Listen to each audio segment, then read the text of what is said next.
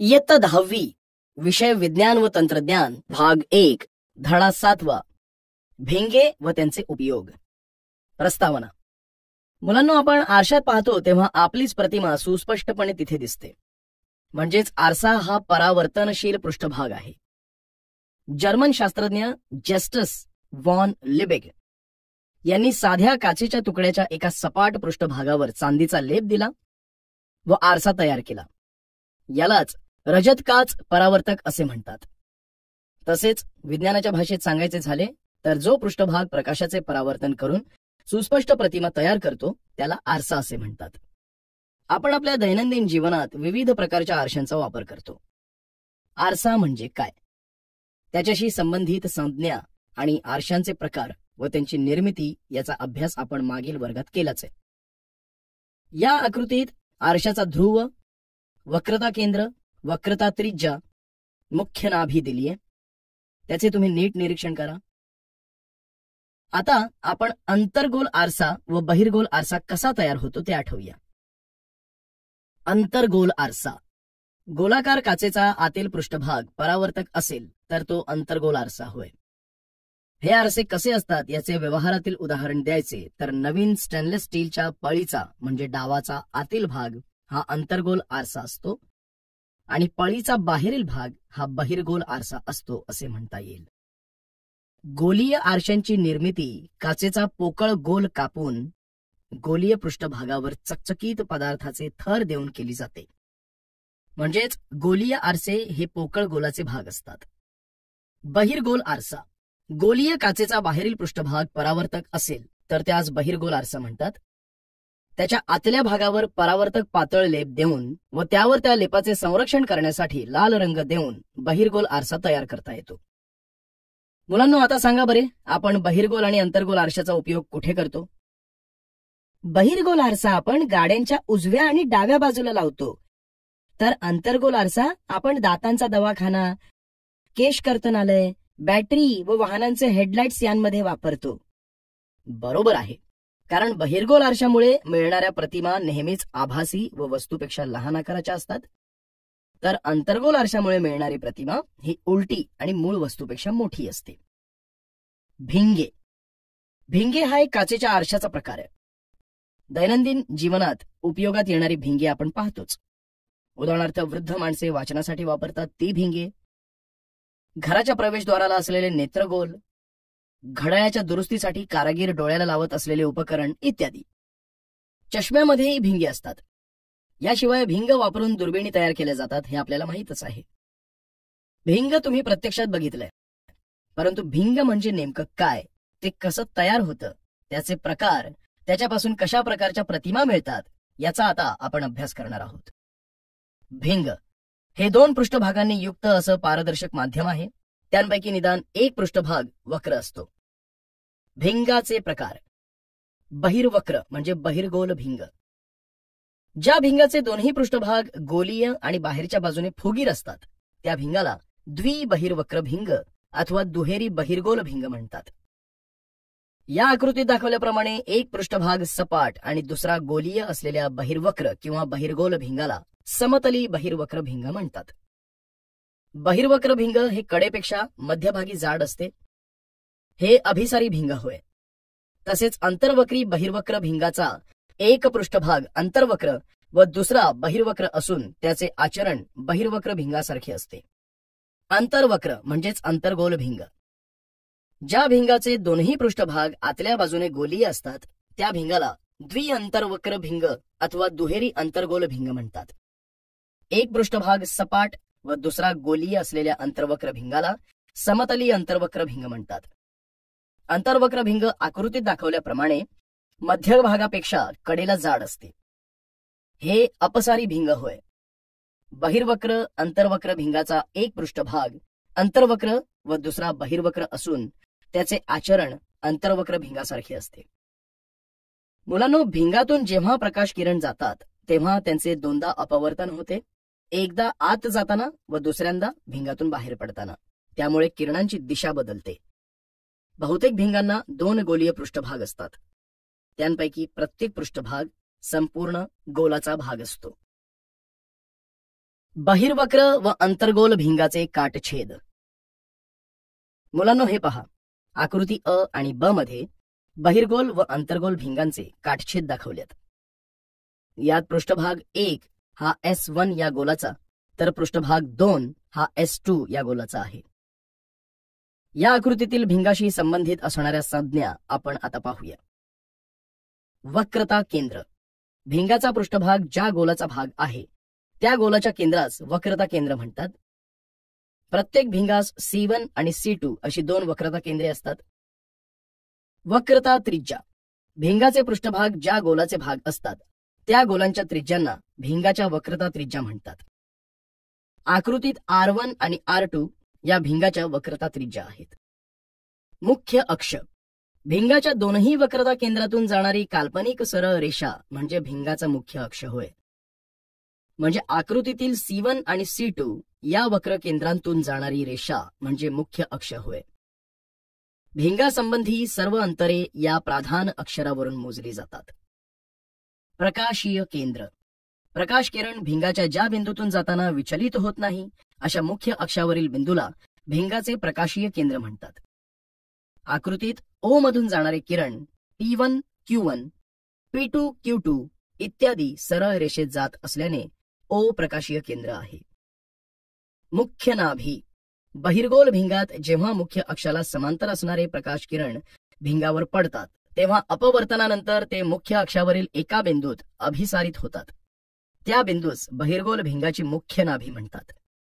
आकृतीत F1 व F2 या मुख्य नाभी आहेत. सर, अभिसारित होणे म्हणजे काय? किरण अभिसारित होणे म्हणजे ते एकाच बिंदूच्या ठिकाणी एकत्र येणे.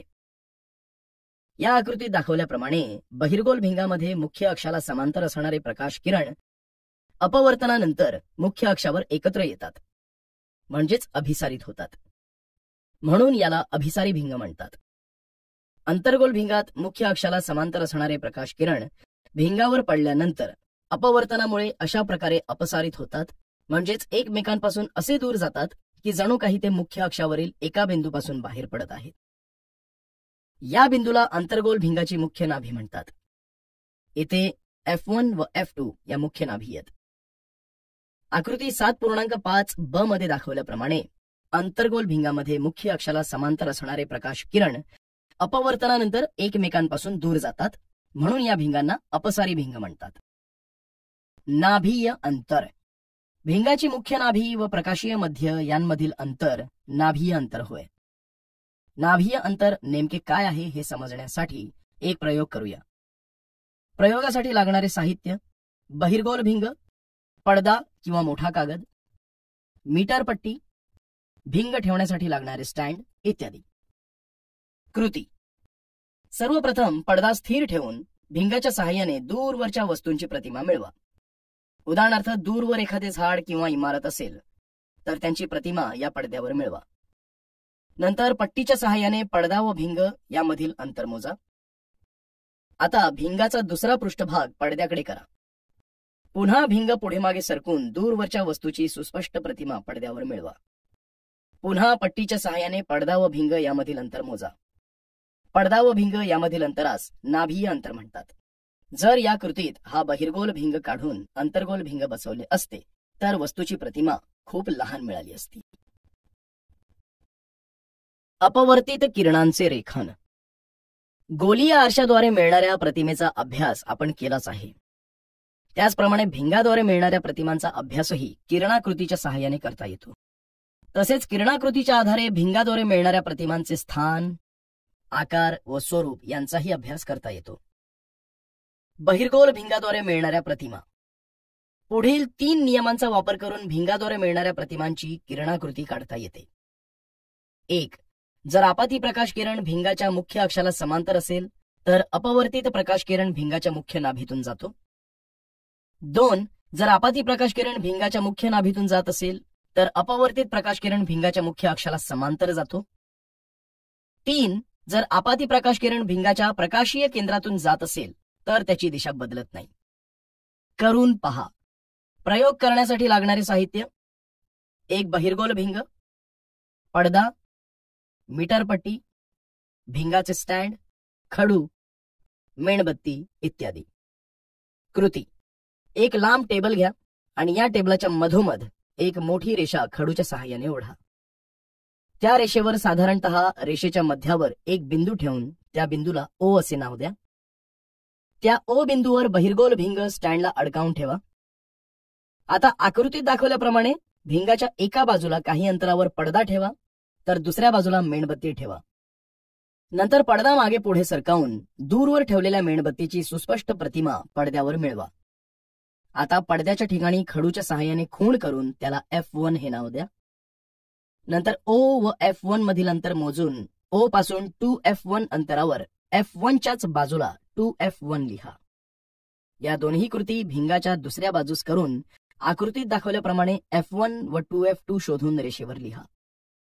आता जळती मेणबत्ती 2F1च्या पलीकडे खूप अंतरावर ठेवा.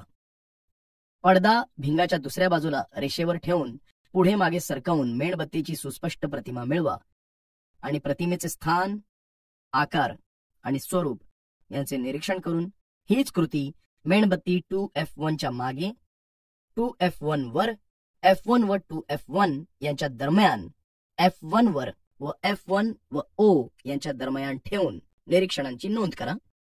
असे निरीक्षण केले असता पुढील दिलेल्या तक्त्याप्रमाणे प्रतिमा मिळतील.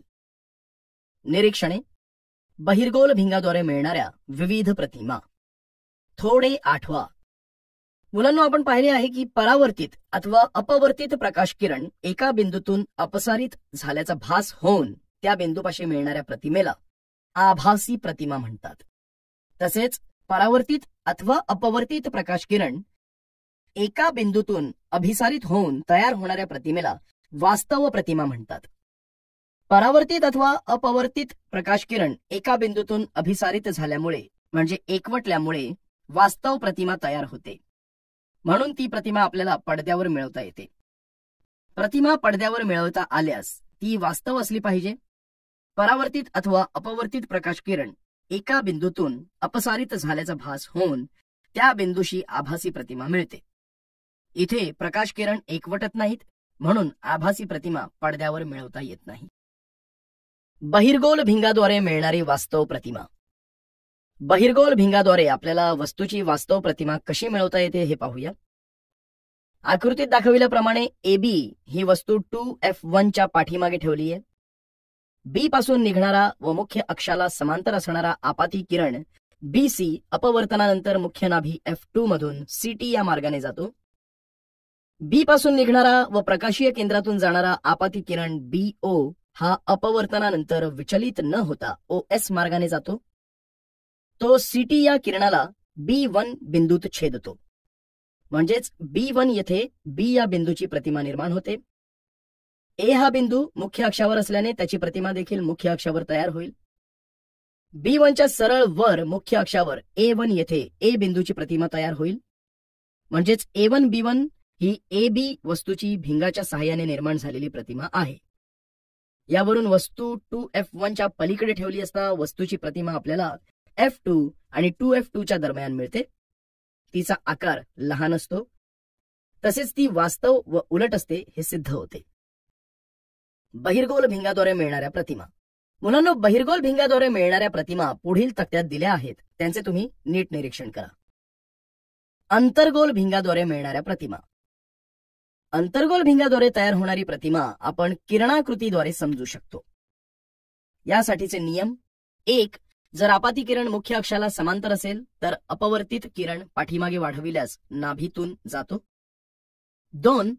जर आपाती किरण नाभीतून जात असेल तर अपवर्तित किरण मुख्य अक्षाला समांतर जातो. आकृतीत दाखवल्याप्रमाणे PQ ही वस्तू F1 व 2F1 या दरम्यान ठेवलेली आहे. P बिंदूपासून निघणारा व मुख्य अक्षाला समांतर असणारा PA आपाती किरण अपवर्तनानंतर AD या मार्गाने जातो. AD हा मार्ग मुख्य अक्षाकडे वाढविल्यास तो F1 पासून आल्याचा आभास होतो. P बिंदूतून निघणारा व प्रकाशीय केंद्र O मधून जाणारा किरण PO हा अपवर्तनानंतर विचलित न होता त्याच मार्गाने सरळ जातो. PO हा किरण AF1 या पाठीमागे वाढविलेल्या किरणांस P1 बिंदूत छेदतो. म्हणजे P बिंदूची प्रतिमा P1 येथे निर्माण होते. क्यू हा बिंदू मुख्य अक्षावर असल्याने त्याची प्रतिमा पीच्या सरळ खाली मुख्य अक्षावर Q1 येथे निर्माण होईल. म्हणजेच PQ या वस्तूची प्रतिमा P1Q1 निर्माण होईल. अंतर्गोल भिंगाने कोणत्याही वस्तूची तयार झालेली प्रतिमा नेहमी आभासी, सुलट व वस्तूपेक्षा लहान आकाराची असते. हा तक्ता पहा. या तक्त्यात वस्तूचे स्थान, प्रतिमेचे स्थान, प्रतिमेचा आकार आणि प्रतिमेचे स्वरूप दिले आहे. त्याचे तुम्ही नीट निरीक्षण करा. थोडे आठवा. मुलांनो, मागील इयत्तेत आपण पाहिले आहे की गोलीय आरशामुळे होणाऱ्या परावर्तनासाठी म्हणजे तयार होणाऱ्या प्रतिमेसाठी चिन्ह संकेत असतात. भिंगासाठी चिन्ह संकेत. कार्टेशियन चिन्ह संकेतानुसार भिंगाचा प्रकाशीय मध्य म्हणजे O हा आरंभ बिंदू मानतात. मुख्य अक्ष हा संदर्भ चौकटीचा X अक्ष घेतात. चिन्हांचे संकेत. 1. वस्तू नेहमी भिंगाच्या डावीकडे ठेवतात. मुख्य अक्षाला समांतर असणारी सर्व अंतरे भिंगाच्या प्रकाशीय मध्यापासून मोजतात. 2. प्रकाशीय मध्याच्या उजवीकडे मोजलेली सर्व अंतरे धन मानतात, तर डावीकडे मोजलेली सर्व अंतरे ऋण मानतात. 3. मुख्य अक्षाला लंब आणि वरच्या दिशेने मोजलेली अंतरे म्हणजे ऊर्ध्व अंतरे धन असतात. 4. मुख्य अक्षाला लंब आणि खालच्या दिशेने मोजलेली म्हणजे अधो अंतरे ऋण असतात. 5. बहिर्गोल भिंगाचे नाभीय अंतर धन आणि अंतर्गोल भिंगाचे नाभीय अंतर ऋण असते. भिंगाचे सूत्र. वस्तूचे अंतर U, प्रतिमेचे अंतर V आणि भिंगाचे नाभीय अंतर F यांचा परस्पर संबंध दाखविणारे सूत्र म्हणजे भिंगाचे सूत्र होय. ते पुढील प्रमाणे लिहितात. 1/V वजा 1/U बरोबर 1/F. कोणत्याही गोलीय भिंगासाठी वस्तूच्या भिंगापासूनच्या सर्व अंतरासाठी हे सूत्र सारखेच असते. मात्र सर्व अंतरासाठी चिन्ह संकेत योग्य रीतीने वापरणे आवश्यक असते. विशालन. भिंगामुळे होणारे विशालन म्हणजे M प्रतिमेच्या उंचीचे म्हणजे H2 वस्तूच्या उंचीशी म्हणजे H1शी असणारे गुणोत्तर होय. विशालन बरोबर प्रतिमेची उंची छेद वस्तूची उंची म्हणजेच M बरोबर H2 छेद H1 समीकरण 1. तसेच भिंगामुळे होणारे विशालन हे वस्तूचे अंतर म्हणजे U आणि प्रतिमेचे अंतर V यांच्याशी देखील संबंधित आहे. विशालन बरोबर प्रतिमेची उंची छेद वस्तूची उंची म्हणजेच M बरोबर V छेद U समीकरण 2. समीकरण 1 आणि 2 वरून H1, H2, V व U यांचा संबंध कसा स्पष्ट करता येईल ते पाहू. M बरोबर H2 छेद H1 बरोबर V छेद U. यासाठी दोन वेगवेगळ्या आकाराची बहिर्गोल भिंगे घ्या. बहिर्गोल भिंगाच्या सहाय्याने कागदावर सूर्यप्रकाश केंद्रित करा आणि प्रकाश केंद्रित केल्यापासून कागद जळण्यास सुरुवात होईपर्यंतचा कालावधी नोंदवा. हीच कृती दुसऱ्या भिंगाच्या सहाय्याने करा. दोनही वेळेस कागद जळण्यास लागणारा कालावधी सारखाच आहे का ते तपासा. यावरून असे लक्षात येते की ज्या भिंगामुळे दर सेकंदास जास्त प्रमाणात उष्णता प्रारण कागदावर केंद्रित होईल तो कागद आधीच जळण्यास सुरुवात होईल. भिंगाची शक्ती. आपाती प्रकाश किरणाचे अभिसरण किंवा अपसरण करण्याच्या भिंगाच्या क्षमतेस भिंगाची शक्ती म्हणतात. ही भिंगाच्या नाभीय अंतरावर अवलंबून असते. भिंगाची शक्ती P म्हणजे त्याच्या नाभीय अंतराचा F चा व्यस्तांक होय. P बरोबर 1/F. भिंगाची शक्ती P ही त्याच्या मीटर या एककात व्यक्त केलेल्या नाभीय अंतराचा म्हणजे F चा व्यस्तांक होय. म्हणजेच P बरोबर 1/F गुणिले M.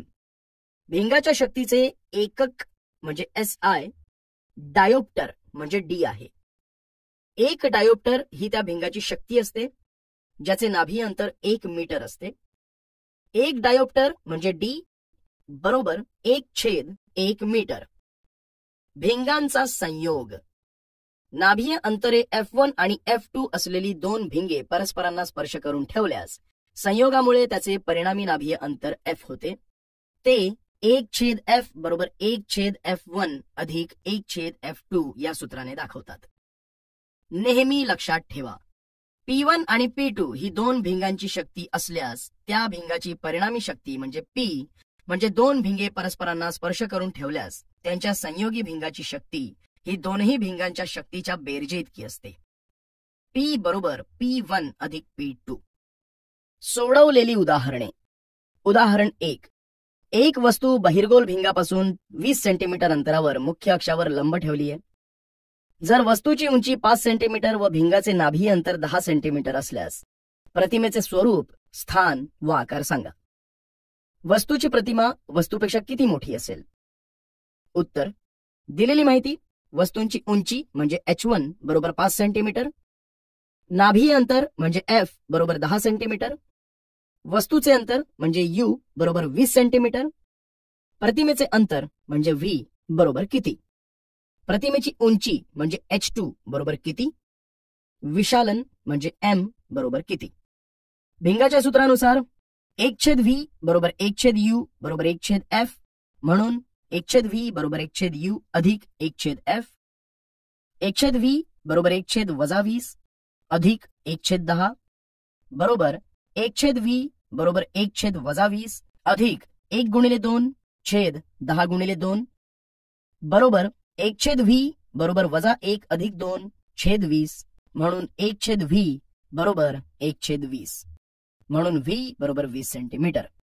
प्रतिमेच्या अंतराचे धनचिन्ह असे दर्शवते की प्रतिमा 20 सेंटीमीटर अंतरावर भिंगाच्या दुसऱ्या बाजूस तयार झाली आहे. विशालन बरोबर m बरोबर h2 छेद h1 बरोबर v छेद u, h2 बरोबर v छेद u गुणिले h1, h2 बरोबर 20 छेद -20 गुणिले 5, h2 बरोबर -1 गुणिले 5, म्हणून h2 बरोबर -5 सेंटीमीटर, म्हणून m बरोबर u छेद v बरोबर 20 छेद -20 बरोबर 1. इथे प्रतिमेची उंची आणि विशालन यांचे ऋणचिन्ह असे दर्शवते की प्रतिमा उलट आणि वास्तव आहे. ती मुख्य अक्षाच्या खाली तयार झाली असून तिची उंची वस्तू एवढीच आहे. उदाहरण 2. एका बहिर्गोल भिंगाचे नाभी अंतर 20 सेंटीमीटर आहे, तर त्या भिंगाची शक्ती किती असेल? उत्तर: दिलेली माहिती: नाभी अंतर f बरोबर 20 सेंटीमीटर बरोबर 0.2 मीटर, भिंगाची शक्ती P बरोबर किती, म्हणून P बरोबर 1/f मीटर बरोबर 1/0.2 बरोबर 5d, म्हणून भिंगाची शक्ती 5d आहे. मानवी डोळा व त्यातील भिंगाचे कार्य. आपण आपल्या डोळ्यांनी सर्व सृष्टी पाहू शकतो. डोळा हा आपला अतिशय महत्वाचा अवयव आहे, हे तुम्हाला माहीतच आहे. हा डोळा वेगवेगळ्या भागांनी बनलेला असतो. त्या भागांचे कार्य व रचना आपण पाहूया. जगातील 80% ज्ञान हे आपल्याला डोळ्यांमुळे मिळते. मानवी डोळ्यावर अत्यंत पातळ पारदर्शक पटल असते, त्याला म्हणतात पारपटल. या आकृतीत पारपटल दाखविले आहे. या पारपटलातूनच प्रकाश डोळ्यात प्रवेश करतो. डोळ्यात प्रवेश करणाऱ्या प्रकाशाचे जास्तीत जास्त अपवर्तन पारदर्शक पटलाद्वारे होते. या पटलाच्या मागे गडद मांसल पडदा असतो, त्याला आपण बुब्बुळ म्हणतो. वेगवेगळ्या लोकांच्या बुबुळांचे रंग वेगवेगळे असतात. तुम्ही निरीक्षण करून पाहिले तर तुम्हाला काही लोकांची बुबुळे गडद काळी तर काही तपकिरी रंगाची दिसतात. बुबुळाच्या मध्यभागी आपल्याला काळ्या रंगाचा एक ठिपका दिसतो. तो काळा ठिपका म्हणजे बुबुळाच्या मध्यभागी असलेले बदलत्या व्यासाचे एक छोटेसे छिद्र असते. त्याला डोळ्याची बाहुली म्हणतात. आपल्या भोवती असणारा सर्व प्रकाश डोळ्यात प्रवेश करतोच असे नाही, कारण डोळ्यात प्रवेश करणाऱ्या प्रकाशाचे प्रमाण नियंत्रित ठेवण्यासाठी डोळ्याची बाहुली उपयुक्त असते. जर प्रकाश जास्त असेल तर बाहुलीचे आकुंचन होते, तसेच कमी प्रकाशात बाहुली रुंदावते. तुम्ही नीट निरीक्षण केलं तर तुम्हालाही हा अनुभव येईल. या आकृतीचे निरीक्षण केले असता तुम्हाला बुबुळाचा फुगवटा दिसेल. बुबुळाच्या पृष्ठभागावर पारदर्शक पटलांचा फुगवटा असतो. तसेच डोळ्याच्या बाहुलीच्या लगतच मागे पारदर्शक द्विबहिर्गोल स्फटिकमय भाग असतो. हा स्फटिकमय भाग म्हणजेच भिंग होय. स्फटिकमय भिंग त्याच्या नाभी अंतराची सूक्ष्म अदलाबदल करते. या भिंगामुळे डोळ्याच्या आतील पडद्यावर वास्तव व उलट प्रतिमा तयार होते. बाहुलीचे लहान मोठे होणे हे त्याच्या बाजूला असलेल्या वर्तुळाकार स्नायू पटलावर अवलंबून असते. डोळ्याचा रंग निळा, घारा, काळा दिसतो तो या स्नायू पटलामुळेच. डोळ्याचा पडदा म्हणजेच दृष्टीपटल हे एक संवेदनशील पटल असते. यामध्ये प्रकाश संवेदनशील पेशी असतात. या पेशी प्रकाशामुळे प्रकाशित होतात आणि प्रकाशित झाल्यावर उत्तेजित होऊन विद्युत संकेत निर्माण करतात. निर्माण झालेले हे विद्युत संकेत डोळ्यासंबंधीच्या मज्जातंतूद्वारे मेंदूकडे पाठवले जातात. नंतर मेंदू या संकेतांचा अर्थ व्यक्त करतो आणि तो माहितीवर अशा प्रकारे प्रक्रिया करतो की वस्तू जशा आहेत तसे आपणास आकलन होते. जेव्हा आपण दूरवरच्या वस्तू पाहतो म्हणजेच आपण अनंत अंतरावरच्या न मोजता येणाऱ्या अंतरावरच्या वस्तू पाहतो तेव्हा डोळ्याचे भिंग चपटे होते आणि भिंगाचे नाभीय अंतर वाढते. या आकृतीचे निरीक्षण केले असता आपल्या लक्षात येईल की दूरच्या वस्तू पाहताना दूरवरून येणारा प्रकाश जेव्हा डोळ्यावर पडतो तेव्हा भिंग आकाराने चपटे झालेले दिसते. तसेच आपण जेव्हा जवळच्या वस्तू पाहतो तेव्हा आपल्या डोळ्याचे भिंग फुगीर होते आणि भिंगाचे नाभीय अंतर कमी होते.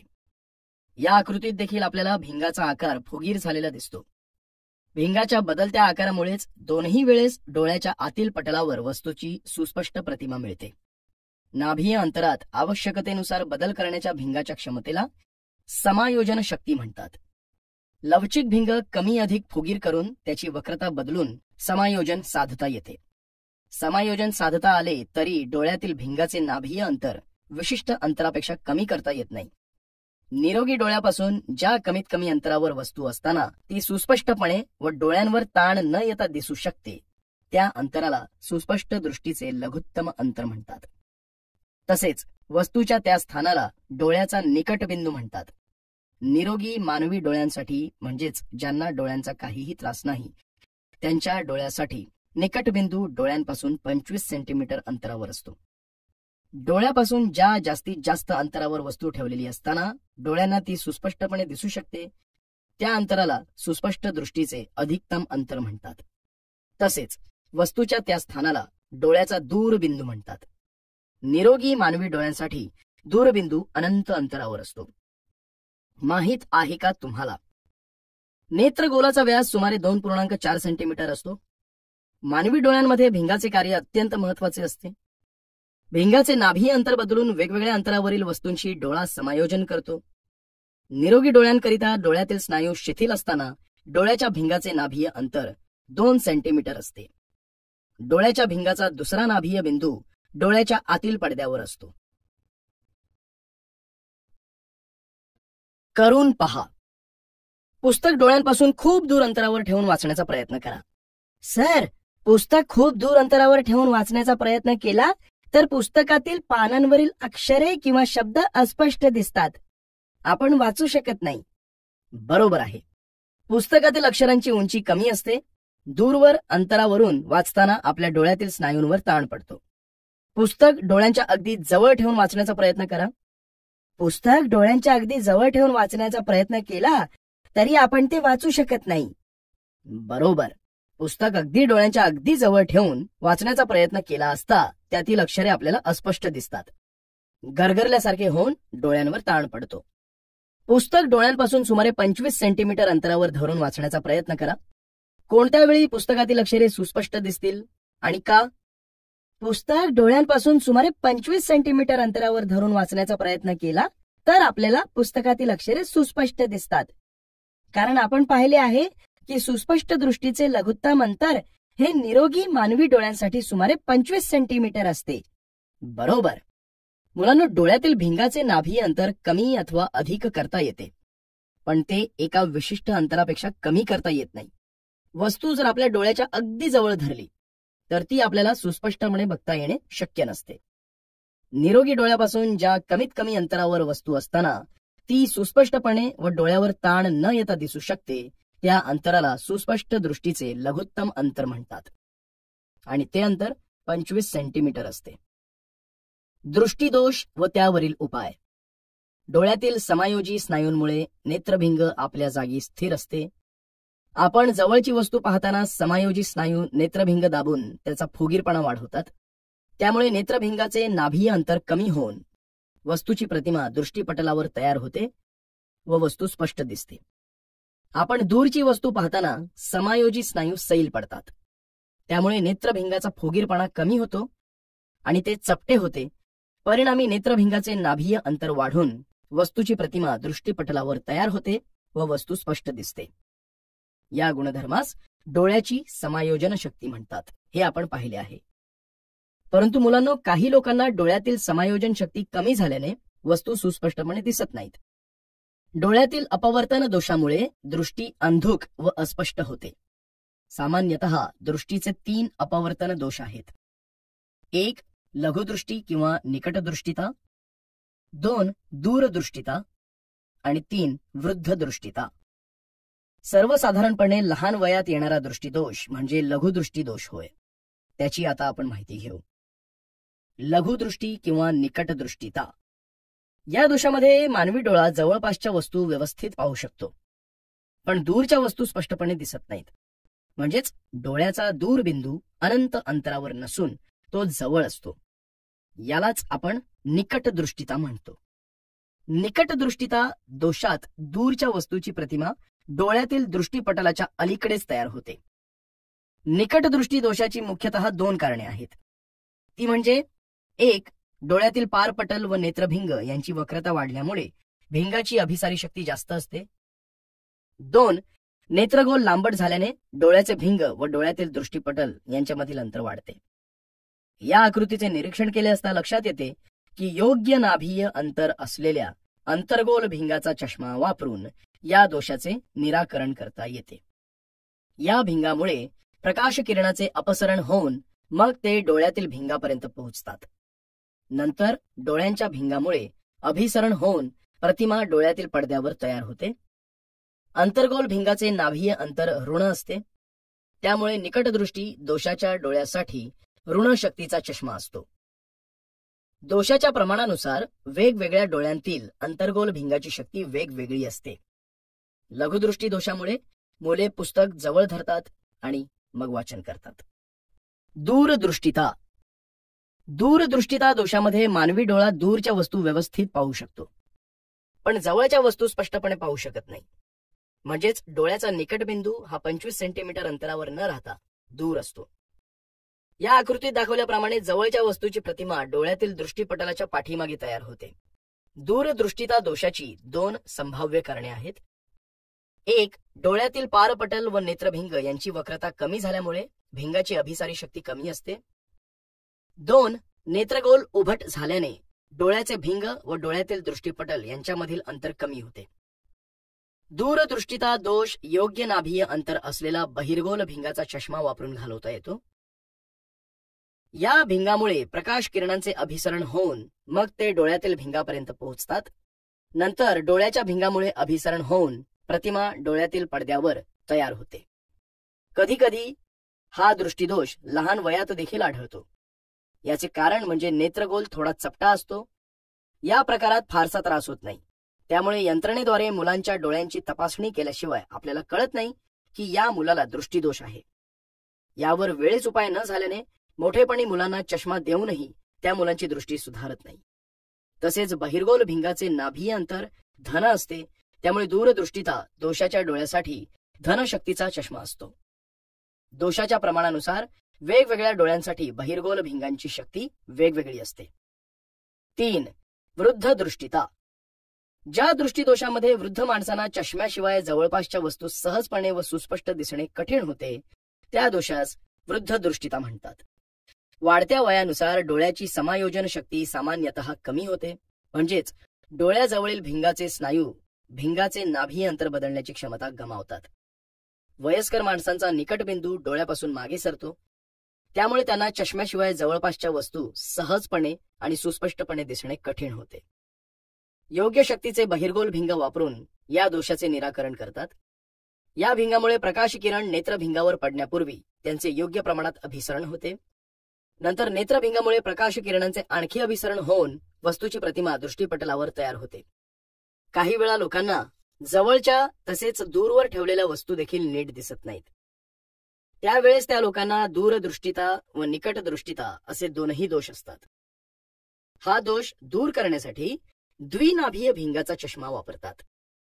द्विनाभीय भिंग म्हणजे ज्या भिंगामध्ये वरचा भाग अंतर्गोल भिंग असून तो निकटदृष्टिता दोष दूर करतो व खालचा भाग बहिर्गोल भिंग असून तो दूरदृष्टिता दोष दूर करतो. आजकाल या दोषाचे निराकरण संपर्क भिंग म्हणजेच कॉन्टॅक्ट लेन्स वापरून किंवा शस्त्रक्रियेद्वारे होऊ शकते. वस्तूचा आभासी आकार मुलांनो, या आकृतीमध्ये दाखवल्याप्रमाणे डोळ्यापासून भिन्न अंतरावर असलेल्या समान आकाराच्या 2 वस्तू PQ व P1Q1 विचारात घेऊ. PQ या वस्तूने डोळ्यांशी धारण केलेला कोन अल्फा हा P1Q1 या वस्तूने डोळ्यांशी धारण केलेल्या बीटा कोनापेक्षा मोठा असल्याने डोळ्याजवळ असलेली वस्तू PQ ही P1Q1 पेक्षा मोठी दिसते. यावरून आपल्या असे लक्षात येते की डोळ्याला दिसलेला वस्तूचा आभासी आकार हा वस्तूने डोळ्यांशी धारण केलेल्या कोनावर अवलंबून असतो. येथे हे स्पष्ट होते की अल्फा हा बीटापेक्षा मोठा आहे, म्हणून वस्तू PQ ही वस्तू P1Q1 पेक्षा मोठी दिसते. जरा डोके चालवा. छोटी वस्तू स्पष्टपणे दिसण्यासाठी आपण ती डोळ्याजवळ का आणतो? वस्तू डोळ्याजवळ आणल्यावर तिचा आभासी आकार वाढतो, त्यामुळे ती स्पष्ट दिसते. बरोबर. एखादी वस्तू डोळ्याजवळ 25 सेंटीमीटर अंतरापेक्षा कमी अंतरावर आणल्यास वस्तूने डोळ्याशी केलेला कोन वाढून सुद्धा वस्तू आपणास अस्पष्ट का दिसतात? तर जवळच्या वस्तू बघताना डोळ्याचे भिंग फुगीर होते आणि त्याचे नाभीय अंतर कमी होते. त्यामुळे दृष्टीपटलावर वस्तूची सुस्पष्ट प्रतिमा तयार होते. डोळ्यातील भिंगाचे नाभीय अंतर हे विशिष्ट अंतरापेक्षा कमी करता येत नाही. त्यामुळे डोळ्यापासून 25 सेंटीमीटर पेक्षा कमी अंतरावर ठेवलेली वस्तू निरोगी डोळा सुस्पष्टपणे पाहू शकत नाही. अंतर्गोल भिंगांचे उपयोग. 1. वैद्यकीय उपकरणे, स्कॅनर तसेच CD प्लेअर या उपकरणांमध्ये लेझर किरणांचा वापर केला जातो. या उपकरणांचे कार्य योग्य रीतीने चालण्यासाठी त्यामध्ये अंतर्गोल भिंगाचा वापर केला जातो. 2. आपण घराच्या दरवाजावर भिंग बसवतो त्याला नेत्रदर्शिका म्हणतात. दरवाजावरील नेत्रदर्शिका हे एक छोटे संरक्षक उपकरण आहे. या उपकरणाच्या सहाय्याने दरवाजाच्या बाहेरील परिसराचे अधिकाधिक विस्तीर्ण दृश्य पाहता येते. यामध्ये एक किंवा अधिक अंतर्गोल भिंग वापरतात. ज्यांना निकटदृष्टीचा दोष आहे त्यांचे चष्मे अंतर्गोल भिंग वापरून बनवतात. या भिंगाचे चष्मे वापरून या दोषाचे निराकरण करता येते. 4. विजेरी बल्बद्वारा निर्माण झालेला प्रकाश विस्तृतपणे विखुरण्यासाठी म्हणजेच अपसारित करण्यासाठी अंतर्गोल भिंगाचा उपयोग केला जातो. 5. कॅमेरा, दुर्बीण व दूरदर्शी यात प्रामुख्याने बहिर्गोल भिंग वापरतात. प्रतिमांचा दर्जा उत्तम मिळवण्यासाठी या उपकरणात नेत्रभिंगाच्या पुढे किंवा नेत्रभिंगामध्ये अंतर्गोल भिंगाचाही उपयोग करतात. बहिर्गोल भिंगांचे उपयोग. साधा सूक्ष्मदर्शक. साध्या सूक्ष्मदर्शकामध्ये बहिर्गोल भिंगांचा वापर कसा केला जातो हे आपण पाहूया. साध्या सूक्ष्मदर्शकामध्ये कमी नाभीय अंतराचे बहिर्गोल भिंग वापरतात. सामान्यतः हे भिंग मूठ असलेल्या गोलाकार फ्रेममध्ये बसवलेले असते किंवा एखाद्या स्टँडवर अडकवलेले असते. कमी नाभीय अंतराच्या बहिर्गोल भिंगाने भिंगाच्या नाभीय अंतराच्या आत ठेवलेल्या सूक्ष्म वस्तूची तिच्यापेक्षा मोठी, आभासी आणि सुलट प्रतिमा वस्तूच्याच बाजूला तयार होते. त्यालाच साधा सूक्ष्मदर्शक म्हणतात. साध्या सूक्ष्मदर्शकाला विशालक असेही म्हणतात. साध्या सूक्ष्मदर्शकाच्या सहाय्याने वस्तूची 20 पट मोठी प्रतिमा मिळवता येते. घड्याळ दुरुस्त करण्यासाठी, रत्नांची पारख करण्यासाठी व त्यातील दोष शोधण्यासाठी साध्या सूक्ष्मदर्शकाचा उपयोग होतो. आकृती अ ही वस्तू भिंगाजवळ असतानाची आहे, तर आकृती ब ही वस्तू भिंगाच्या नाभीवर असतानाची आहे. या आकृतीमध्ये PQ वस्तू, P', प्रतिमा, U वस्तूचे भिंगाच्या प्रकाशीय केंद्रापासूनचे अंतर, V प्रतिमेचे भिंगाच्या प्रकाशीय केंद्रापासूनचे अंतर आहे. ब. संयुक्त सूक्ष्मदर्शक. आपल्याला माहितच आहे की लहान आकाराच्या वस्तू पाहण्यासाठी साधा सूक्ष्मदर्शक वापरतात, परंतु अतिसूक्ष्म वस्तू पाहण्यासाठी म्हणजेच रक्तकणिका, प्राणी व वनस्पतींच्या पेशी, बॅक्टेरियासारखे सूक्ष्मजीव यांच्यासारख्या अतिसूक्ष्म वस्तू आपण साध्या सूक्ष्मदर्शकाने पाहू शकत नाही. अशा वस्तू पाहण्यासाठी संयुक्त सूक्ष्मदर्शकाचा वापर करतात. आता आपण संयुक्त सूक्ष्मदर्शकाचे कार्य व रचना यांचा अभ्यास करूया. आकृतीत FO पदार्थ भिंगाची मुख्य नाभी, FE नेत्रिकेची मुख्य नाभी, PQ वस्तू, P', नेत्रिकेने तयार झालेली अंतिम प्रतिमा, U वस्तूचे पदार्थ भिंगाच्या प्रकाशीय केंद्रापासूनचे अंतर आहे. संयुक्त सूक्ष्मदर्शकामध्ये एक धातूची नळी असून तिच्या प्रत्येक तोंडावर एक याप्रमाणे कमी नाभीय अंतराची पदार्थ भिंग व नेत्रिका अशी 2 बहिर्गोल भिंग बसवलेली असतात. दोन्ही भिंगांचे मुख्य अक्ष एका सरळ रेषेत असतात. पदार्थ भिंगाचा छेद आणि नाभीय अंतर हे अनुक्रमे नेत्रिकेचा छेद व नाभी अंतरापेक्षा बरेच कमी असते. आकृतीत देखील तुम्हाला हे अंतर दिसत आहे. तसेच ती नळी एका स्टँडवर बसवून एका स्क्रूच्या सहाय्याने ती वर खाली करण्याची योजना केलेली असते. त्यायोगे पदार्थ भिंग आणि वस्तू यांमधील अंतराचे अनुयोजन करता येते. पदार्थ भिंग व नेत्रिका यांमधील अंतरही बदलता येते. निरीक्षण करायची वस्तू प्रकाशित करून पदार्थ भिंगासमोर त्याच्या नाभीच्या पलीकडे परंतु नाभीच्या जवळ ठेवतात. पदार्थ भिंगामुळे वस्तूची वास्तव, उलट व विशालित प्रतिमा भिंगाच्या दुसऱ्या बाजूस तयार होते. ही प्रतिमा नेत्रिकेसाठी वस्तू म्हणून काम करते, तर नेत्रिका साध्या सूक्ष्मदर्शकाचे काम करते. त्यामुळे नेत्रिकेपाशी आपण डोळा ठेवून पाहिले असता डोळ्याशी मोठा कोन करणाऱ्या या वास्तव प्रतिमेपासून अतिविशालित अशी उलट व आभासी प्रतिमा सुस्पष्ट दृष्टीच्या लघुत्तम अंतरावर दिसते. त्यामुळे त्या सूक्ष्म वस्तूच्या अंगोपांगाचे निरीक्षण करणे शक्य होते. मुलांनो, या संयुक्त सूक्ष्मदर्शिकेचा उपयोग वैद्यकीय प्रयोगशाळेमध्ये होतो. बहिर्गोल भिंगाचे उपयोग. क. दूरदर्शी किंवा दुर्बीण. अतिदूरची वस्तू स्पष्टपणे व विशालित स्वरूपात त्याच्या बारकाव्यांसह पाहण्यासाठी दूरदर्शी या प्रकाशीय उपकरणाचा उपयोग करतात. तारे, ग्रह यांसारख्या खगोलीय वस्तू पाहण्यासाठी वापरल्या जाणाऱ्या दूरदर्शकास खगोलीय दूरदर्शक म्हणतात. दूरदर्शकाचे दोन प्रकार असतात. एक, अपवर्तनी दूरदर्शक, इथे भिंगांचा वापर केला जातो. दोन, परावर्ती दूरदर्शक, इथे आरसे व भिंग या दोन्हींचा वापर केला जातो. या दोन्ही उपकरणांमध्ये भिंगाने तयार केलेली प्रतिमा असते. पदार्थ भिंग हे मोठ्या आकाराचे व जास्त नाभी अंतर असणारे असते, जेणेकरून दूरच्या वस्तूकडून येणारा जास्तीत जास्त प्रकाश एकवटला जाईल. या उलट नेत्रिका भिंगाचा आकार लहान असतो व नाभी अंतरही कमी असते. ही दोन्ही भिंगे धातूच्या नलिकेमध्ये अशा रीतीने बसवलेली असतात की त्यांच्यातील अंतर बदलता येते. दोन्ही भिंगांचे अक्ष एका सरळ रेषेत असतात. सामान्यपणे समान पदार्थ भिंग परंतु वेगवेगळ्या नाभीय अंतराच्या नेत्रिका वापरून दूरदर्शकाच्या सहाय्याने विभिन्न विशालन मिळवता येते. या आकृतीत FO ही पदार्थ भिंगाची मुख्य नाभी, FE नेत्रिकेची मुख्य नाभी. आकृतीत दाखवल्याप्रमाणे अपवर्तनी दूरदर्शकामध्ये दोन बहिर्वक्र भिंगे असतात.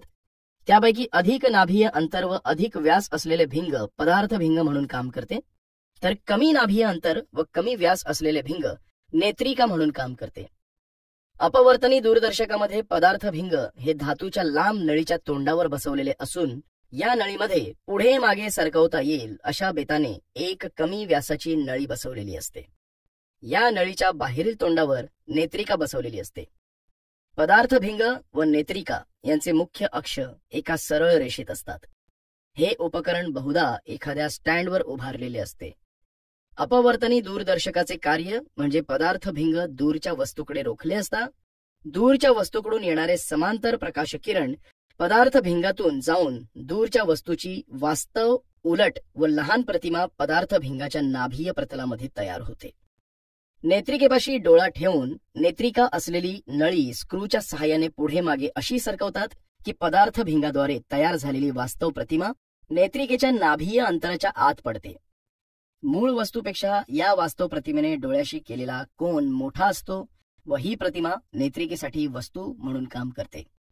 त्यामुळे नेत्रिकेपाशी डोळा धरून पाहिले असता या प्रतिमेपासून आभासी व विशालित अशी प्रतिमा दिसते. परिणामतः दूरच्या वस्तूच्या अंगोपांगांचे निरीक्षण करणे शक्य होते. पदार्थ भिंगामुळे तयार होणारी प्रतिमा अनंत अंतरावर तयार होते. दूरदर्शीचे उपयोग अतिदूरची वस्तू स्पष्ट व विशालित स्वरूपात पाहण्यासाठी करतात. ड. प्रकाशीय उपकरणे. बहिर्गोल भिंगाचा उपयोग कॅमेरा, प्रोजेक्टर, वर्णपटदर्शक इत्यादी विविध प्रकाशीय उपकरणांमध्ये होतो.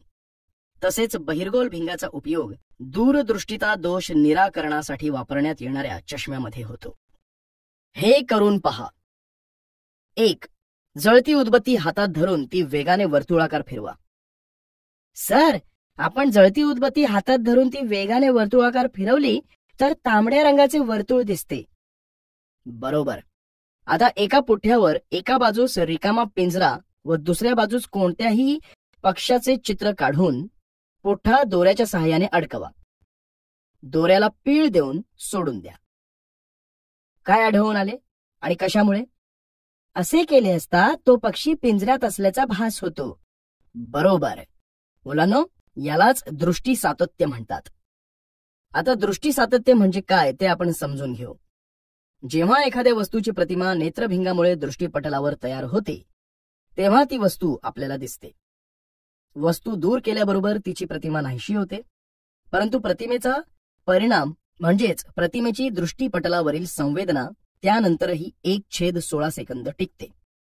या परिणामास दृष्टी सातत्य म्हणतात. वस्तू दूर केल्यानंतरही 1/16 सेकंदापर्यंत दृष्टी सातत्यामुळे आपल्याला वस्तू मूळ जागी दिसत राहते. आपल्या दैनंदिन जीवनातील उदाहरणे पाहायची झाली तर दूरदर्शन संच व सिनेमा म्हणजेच चलचित्रपट यांचे कार्य दृष्टी सातत्यावर चालते. यात गतिमान वस्तूची छायाचित्रे 1/16 सेकंदापेक्षा कमी कालांतराने घेतली जातात व त्याच वेगाने ती पडद्यावर प्रक्षेपित केली जातात. क्रमाने येणाऱ्या 2 चित्रांच्या मधल्या कालावधीत पडद्यावर प्रकाश पडत नाही. प्रत्येक चित्र हे आधीच्या चित्रापेक्षा किंचित वेगळे असते. आधीच्या चित्राची संवेदना नष्ट होण्यापूर्वीच दुसरे चित्र पडद्यावर आल्याने दृष्टी सातत्यामुळे आपल्याला गतिमान वस्तू सलगपणे पाहत असल्याचा भास होतो. सांगा पाहू. मुलांनो, आपल्या रोजच्या जीवनात आपण वेगवेगळ्या प्रकारचे रंग पाहतो आणि कोणत्या रंगाला काय म्हणतात ते देखील सांगतो. तर या विविध रंगाची जाण आपल्याला कशी होते ते आपण समजून घेऊ. मानवी डोळ्यातील दृष्टीपटल अनेक प्रकाश संवेदी पेशींचे बनलेले असते. या पेशी आकाराने दंडाकार आणि शंक्वाकार असतात. दंडाकार पेशी प्रकाशाच्या तीव्रतेस प्रतिसाद देतात आणि मेंदूस प्रकाशाच्या तेजस्वितेची किंवा अंधुकतेची माहिती पुरवतात. तर शंक्वाकार पेशी प्रकाशाच्या रंगाला प्रतिसाद देतात आणि दृष्टीपटलावरील प्रतिमेच्या रंगाची माहिती मेंदूस पुरवतात. मिळालेल्या माहितीचे मेंदूद्वारे विश्लेषण म्हणजे स्पष्टीकरण केले जाते आणि आपणास या वस्तूचे वास्तव चित्र दिसते. दंडाकार पेशी अंधुक प्रकाशात सुद्धा प्रतिसाद देतात, परंतु शंक्वाकार पेशींना अंधुक प्रकाशात संवेदना नसतात. शंक्वाकार पेशी या फक्त तेजस्वी प्रकाशातच प्रतिसाद देतात. यामुळे रंगाची संवेदना किंवा जाणीव फक्त तेजस्वी प्रकाशातच होते. तसेच शंक्वाकार पेशींना तांबड्या, हिरव्या व निळ्या रंगाच्या संवेदना असतात. जेव्हा तांबडा रंग डोळ्यावर पडतो तेव्हा तांबड्या रंगाला प्रतिसाद देणाऱ्या पेशींना इतर पेशींच्या मानाने जास्त उद्दीपित करतो. त्यामुळे तांबड्या रंगाची जाण होते. काही व्यक्तींमध्ये विशिष्ट रंगांना प्रतिसाद देणाऱ्या शंक्वाकार पेशींचा अभाव असतो. अशा व्यक्ती ते रंग ओळखू शकत नाहीत किंवा निरनिराळ्या रंगात भेद करू शकत नाहीत. या व्यक्तींना रंगांध म्हणतात. रंगातील फरक न जाणण्याचा अपवाद वगळता त्यांची दृष्टी सामान्य.